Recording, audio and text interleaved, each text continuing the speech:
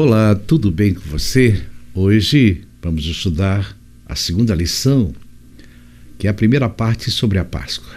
Não esqueça de ao final se inscrever, comentar e deixar o seu like, tá bom? Então vamos para a nossa lição de segunda, a Páscoa. Leia Êxodo 12, 1 a 20. Quais instruções específicas Deus deu a Moisés e Arão antes de Israel deixar o Egito? A lição traz que o Senhor deu instruções detalhadas para a celebração da Páscoa. A lição traz, no primeiro parágrafo, uma explicação muito boa sobre os preparativos da Páscoa. Seria de se esperar que Deus instruísse Moisés e Arão sobre como organizar a partida do Egito, ou seja, como fazer os preparativos para a fuga, especialmente para cuidar de idosos, mães com crianças pequenas, animais, entre outros. No entanto, as instruções de Deus foi surpreendente. Ele ensinou como celebrar a Páscoa. Em outras palavras, o foco estava em adorar o Senhor, que iria redimi-los. Todo o resto aconteceria no seu devido tempo. Cada família deveria preparar um cordeiro sem desperdiçar nada. Todos precisavam comer sua porção. E se uma família não conseguisse consumir o cordeiro inteiro, deveria partilhar a refeição com outra família. Mas leia também Êxodo 12, 13 a 14. O que o Senhor faria pelo povo quando a última praga viesse? E o que tudo isso simboliza? Deus passaria sobre as casas dos hebreus que colocassem sangue nos umbrais das portas, poupando a vida dos israelitas. O sangue simbolizava a salvação divina. A lição agora nos leva a uma análise mais profunda da questão da Páscoa. O que a Páscoa significa para você vivendo 2000 anos depois dessa história? A verdade, 3.500 anos depois da história.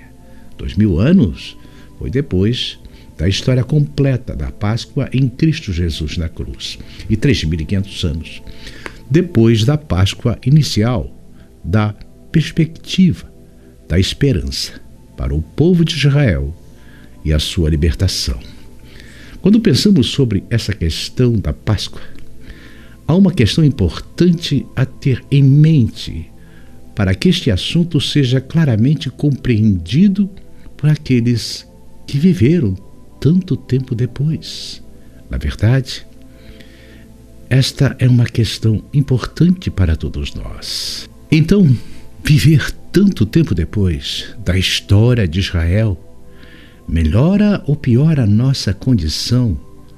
Aumenta a nossa perspectiva de que a vinda de Cristo é iminente ou dificulta essa compreensão, até mesmo nos coloca em dúvida. Quando penso nas questões que o Novo Testamento nos coloca neste contexto, talvez a mais séria delas seja a questão colocada retoricamente no contexto de Pedro. A sua resposta de que Deus não adia sua promessa, especificamente sobre a Páscoa. A questão é, por que a Páscoa se estabelece como um memorial histórico apontando para essa questão da experiência espiritual e para a nossa necessidade de uma experiência espiritual profunda nesse tempo em que estamos vivendo agora?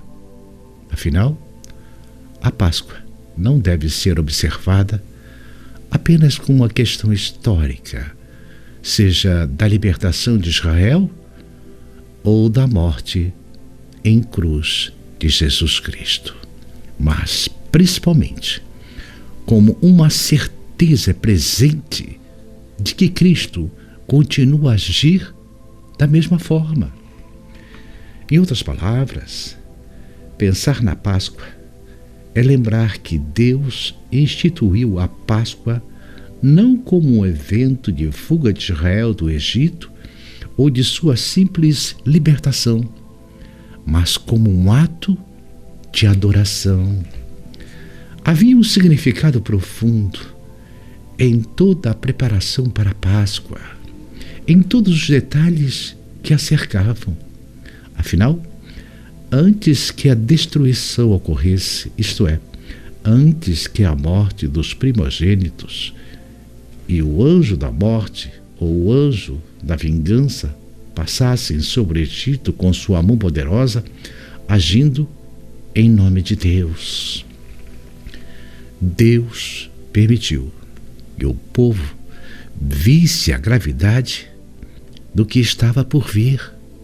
Lembre-se, Deus envolveu toda a estrutura do Egito, e isso alertou o povo de que algo terrível estava por vir.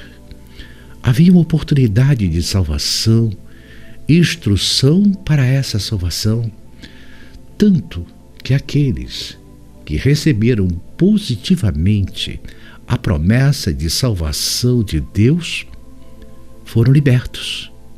E é interessante que a possibilidade de participar desse processo estava disponível tanto para os israelitas quanto para os egípcios, mas eles não acreditaram. Em outras palavras, se os egípcios tivessem crido no sacrifício de Cristo e demonstrado essa fé como os israelitas, a mesma graça, a mesma responsabilidade de salvação estaria disponível para todos eles. Bem, a Páscoa continua na lição de amanhã, com o nome original em hebraico, Pessah. Então não perca, mas não se esqueça de se inscrever, comentar e deixar o seu like. Até amanhã, se Deus permitir, e que o Senhor te abençoe.